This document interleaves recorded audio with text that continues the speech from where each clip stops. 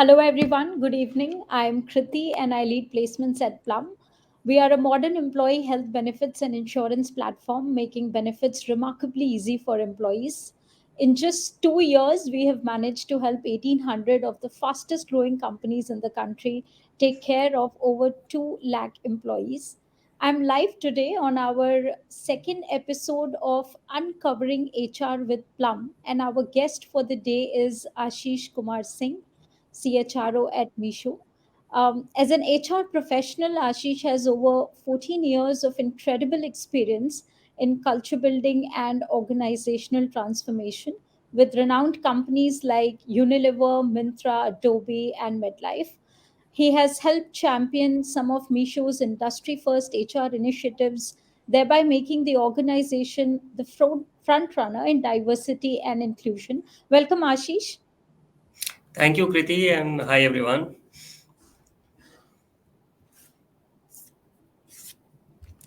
And I think must be this. It's a pleasure to join this session today. And like you mentioned, this is the second one in your series. I'm really looking forward to talk to everybody through this. And on the to start off, let me talk a little bit about Meesho. At Meesho, our mission is to democratize internet commerce for everyone. As you can see, e-commerce in India has been there for more than a decade now, but still less than 200 million people have ever transacted online, as opposed to more than 700 million customers, who have internet, right? So half a billion people can transact online but haven't.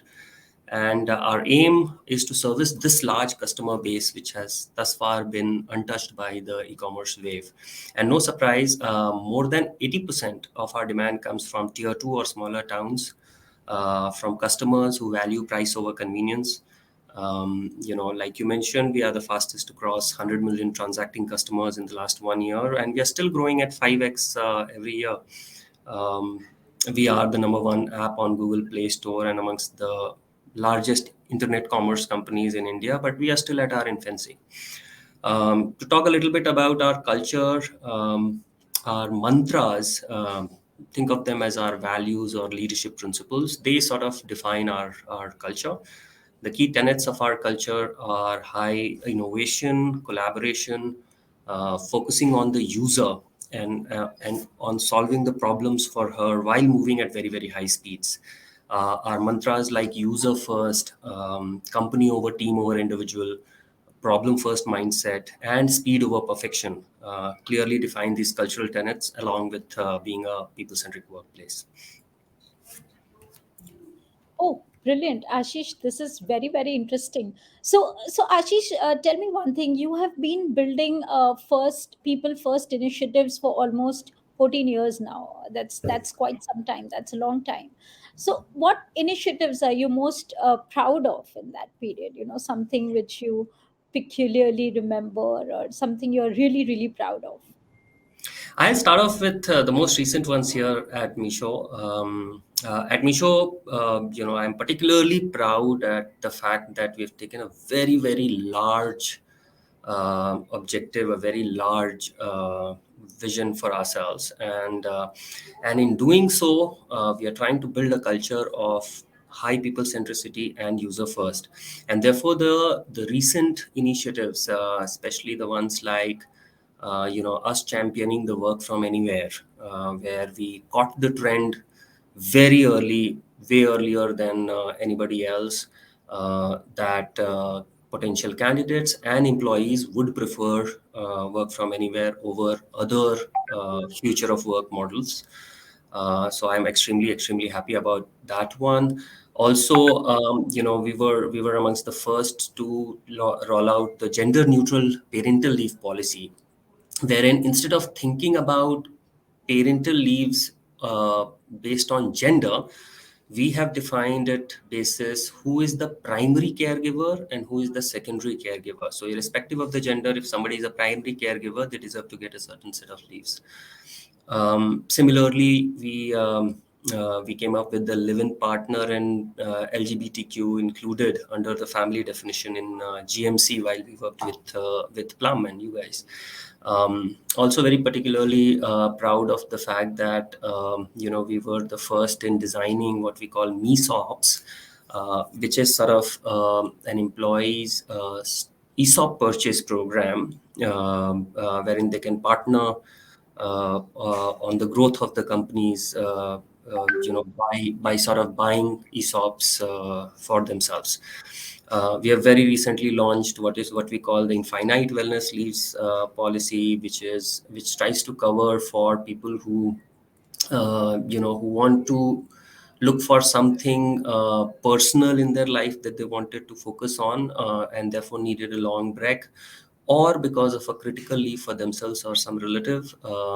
People can take out as long a leave as they could wish under that policy program. And finally, I would also call out what is called the CEP, or a capability enhancement program, which sort of allows people to sort of take reimbursements for any kind of course, learning, training, including any hobby that one may have. I know of people who are, I know of a lady here at Meesho who's getting reimbursed for learning boxing, and I know of one person who has a hobby, knows about climate change, and gets reimbursement for books on that.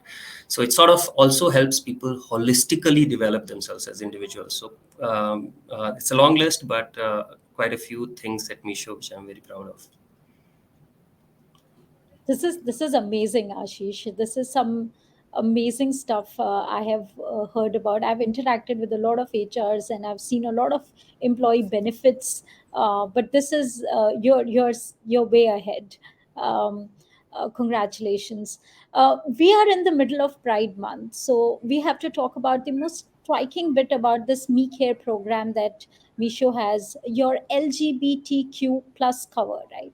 So tell us something about how it was framed, and what should HRs be thinking about when they're framing these forward-thinking policies, right? So just to understand from your point of view. Sure, and before that, thanks for your encouragement and kind words that we are forward thinking. I do think that our inclusion charter, overall is very very critical for us. It works under our mantra or value of people centric workplace.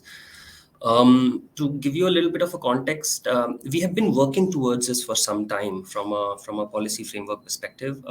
We had recently launched those gender neutral leaves, which I was talking about, gender reassignment leaves, policies, etc. So, sort of in the same series, when our insurance policy came up for renewal, and we were looking for a partner who could help us get the kind of policy, but more importantly, the kind of culture we also wanted to drive through those policies. And that's when we signed up with you guys, and we introduced this LGBTQ cover as well. So here, basically, what we are doing is, there's a liberal family definition in the insurance, where LGBTQ and live-in partners also get insurance coverage under the GMC policy. There's also, for example, infertility cover for 1.5 lakhs on IPT. There is gender reassignment leave for 30 days, etc. So to take a step back and to specifically answer your question, how should HRs think about this? I think two aspects are critical in my view when deciding about this. One is, we benchmark with the best employers across the globe. Important to know what are some of the best practices. How are other best organizations going about this charter? Secondly, also to keep a lens on what kind of culture do we want to promote internally, and based on that, based on the kind of people centricity that, let's say, Meesho wants to drive, also keep a lens on what kind of such policies we should come up with.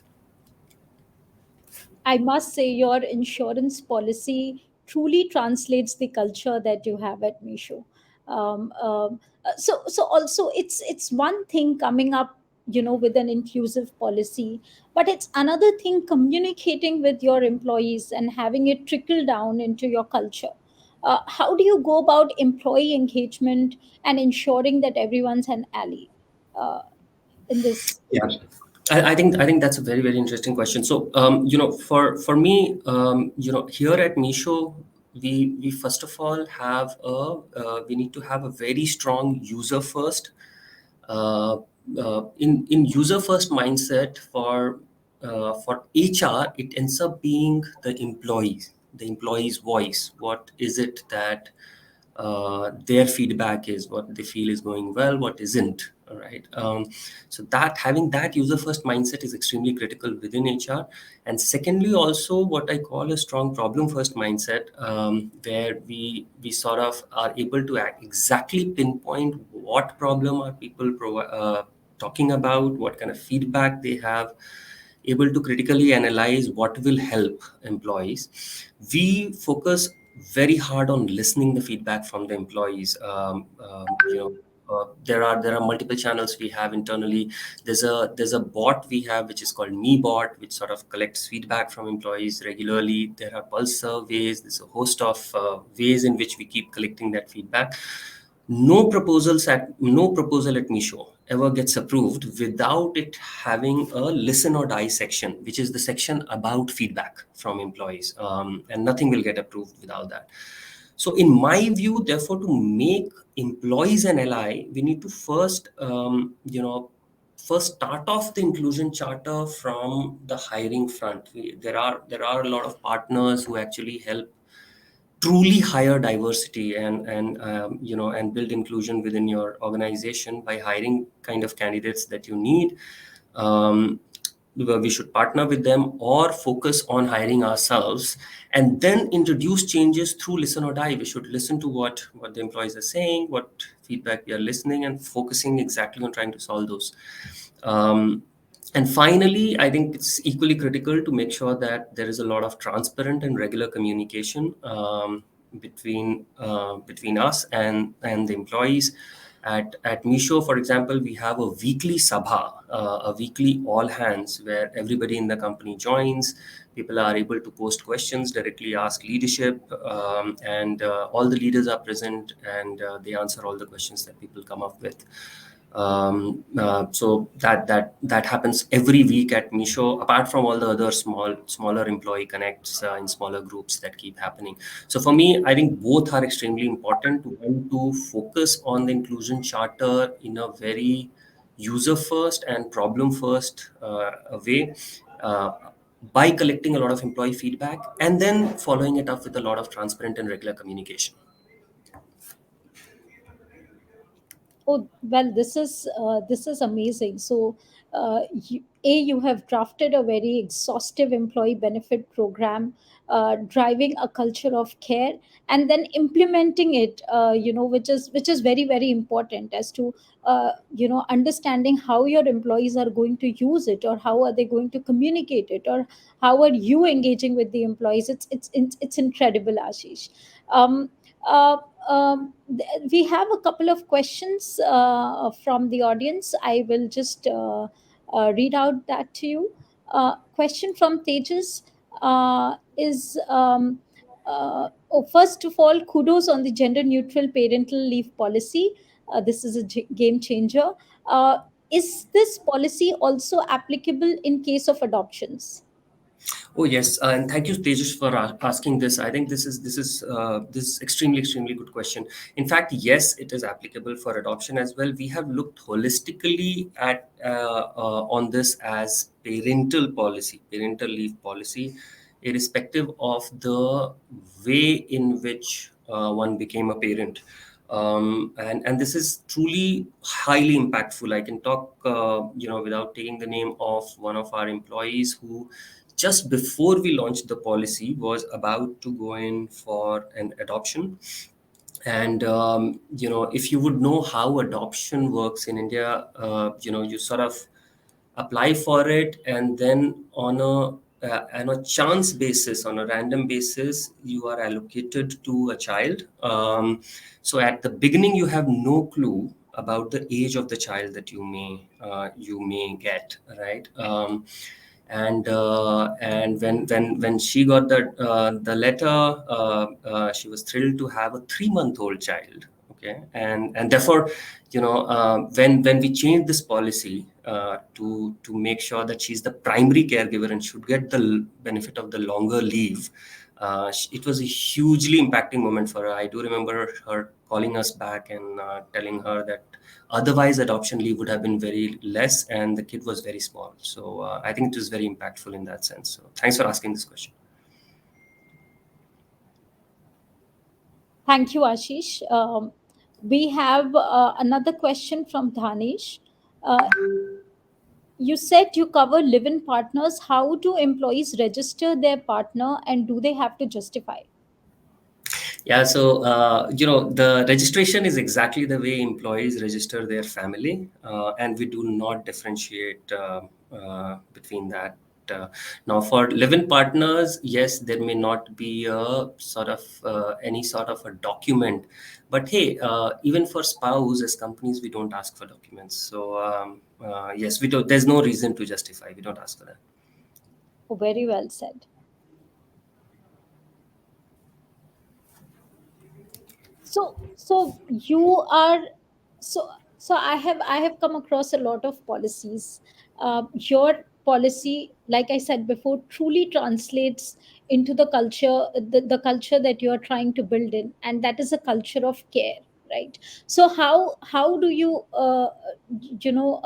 what goes behind this, these policies, or thinking about these initiatives, or do you still think that you have to add certain other things, or you refer to any benchmark report, or how do you come across, how do you get this included in your care culture or in your policy? Yeah, actually, sort of the culture of care for Meesho started way earlier. Before any sort of a policy framework came about. I think, you know, generally diversity and inclusion, and generally being uh, sort of caring about what happens, got built into the DNA at the early stage in the company. So when we started off as a social commerce organization, wherein you had a large number of resellers who were selling our products, and their livelihood completely dependent on it. These were resellers, primarily housewives in tier 3, tier 2 towns. And it was a huge livelihood support for them when we started off. So for everybody across the company, being in that business model meant that they had to continuously work about what's happening with the users, these resellers, how to make sure her business expands, how can she be successful, and sort of the DNA of that already seeped into the organization. Much later, we started building the policy framework around it, uh, and sort of other programs and policies came on top of it. But the DNA existed, and therefore, for us it was pretty easy. We sort of focus a lot on collecting feedback and then going about identifying the core problem that is coming out in the feedback, and then trying to solve that. So my sense is, from a overall work perspective, we've just started. I think there's a long way to go, even including the work that's happening on inclusion and diversity. But on the same note, by the way, Kriti, since we have you here, I may take the risk of asking one more question to you. You had mentioned earlier that, hey, the insurance program is pretty decent, and was very happy to hear that from you. But how do you think about our insurance program? What are good things there? What can be done more? How good is it in your point of view? So usually, how do we structure an insurance policy is very, very interesting. We present a benchmark report, right? So let's say you belong to a fast growing internet e-commerce industry. So I would probably go through your peer as to what they are offering, right? What is your peer companies are at, then what is the market at, right? What is the market median? And then we also benchmark you against your peer companies, and we benchmark your benefits against your industry. So there are two levels of benchmarking that goes into understanding if you're at par with your peer company, or if you are at par with your industry, right? That is the more scientific way of understanding the appropriateness of a cover, right? um,